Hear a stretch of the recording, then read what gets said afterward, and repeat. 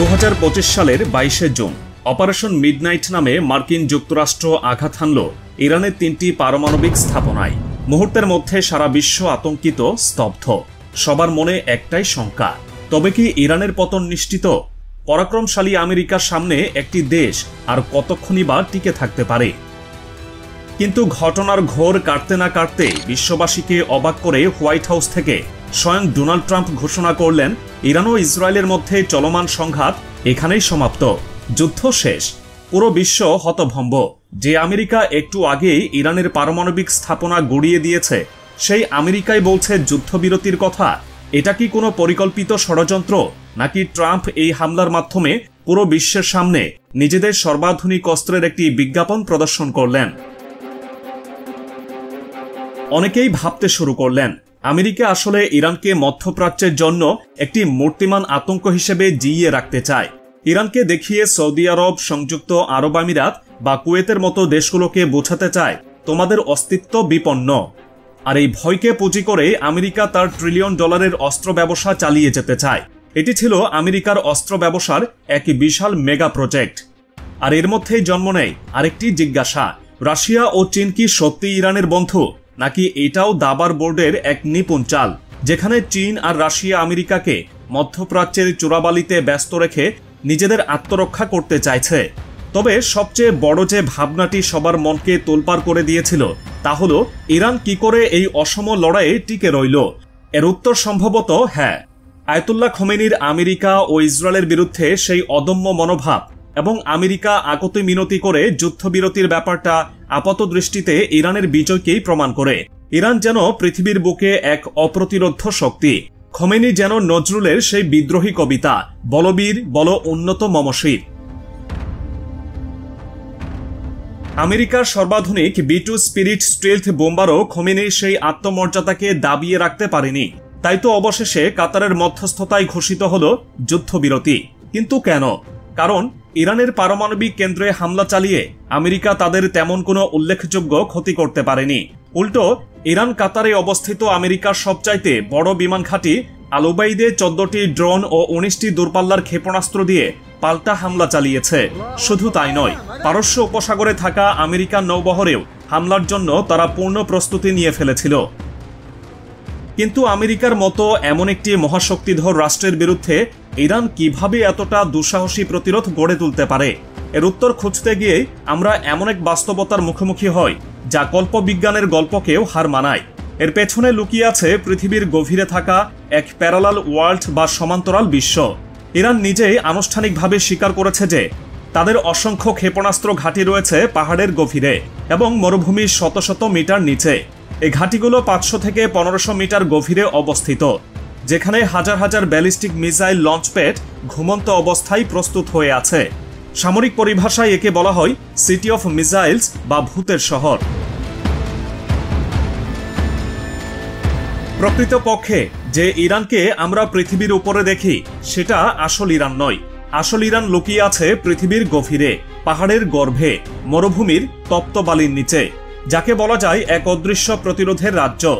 এখানে রেলপথ চলে মাটির তলে, ক্ষেপণাস্ত্র ঘুমিয়ে থাকে কঠিন শিলার কুল ঘেঁষে, আর কমান্ড স্টেশনগুলো গর্জে ওঠে চরম নীরবতায়। এটা শুধুমাত্র একটি ভূখণ্ড নয়, এটি এক প্রতিরোধের মহাকাব্য, এক ভূগর্ভস্থ জাতির আত্মমর্যাদার জীবন্ত কঙ্কাল, যার প্রতিটি ধমনীতে বইছে যুদ্ধ, প্রযুক্তি আর বিশ্বাসের উত্তপ্ত আগুন। এটাই কি তবে সেই ডার্ক এনার্জি যা অদৃশ্য থেকেও সবকিছুকে নিয়ন্ত্রণ করছে? এই শক্তির ভিত্তি শুধু ভূগর্ভস্থ শহরই নয়। ইরানের ড্রোন প্রযুক্তি এতটাই উন্নত যে ইউক্রেন যুদ্ধে স্বয়ং রাশিয়াকেও ইরানের সহায়িত ড্রোনের উপর নির্ভর করতে হয়েছে। তাদের হাতে রয়েছে শক্তিশালী ন্যানো টেকনোলজি, যা দিয়ে তারা সেনাবাহিনীর জন্য এমন পোশাক তৈরি করে যা শত্রুপক্ষের ইনফ্রারেড ক্যামেরাতেও অদৃশ্য থাকে। এমনকি তারা ন্যানো টেকনোলজির মাধ্যমে ম্যাগনেটিক পালস বিস্ফোরণ ঘটিয়ে শত্রুপক্ষের ইলেকট্রনিক ডিভাইসগুলোকেও মুহূর্তের মধ্যে অকেজো করে দিতে পারে। তাদের আকাশকে সুরক্ষিত রাখে বাভার 373 এয়ার ডিফেন্স সিস্টেম।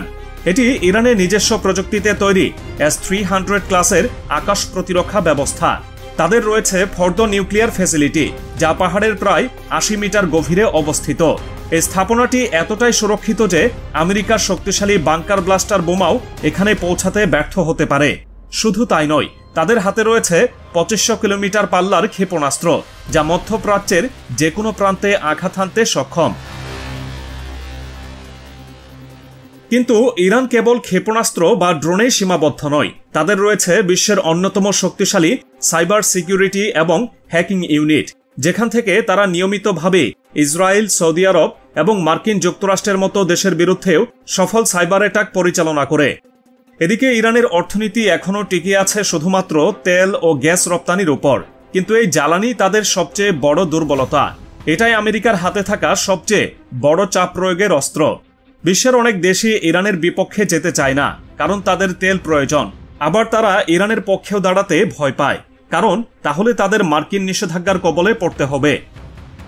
এই বাস্তবতায় দাঁড়িয়ে ইরান যে যুদ্ধটা লড়ছে তা কেবল মিসাইল বা ড্রোনের নয়, এই যুদ্ধটা মনস্তাত্ত্বিক।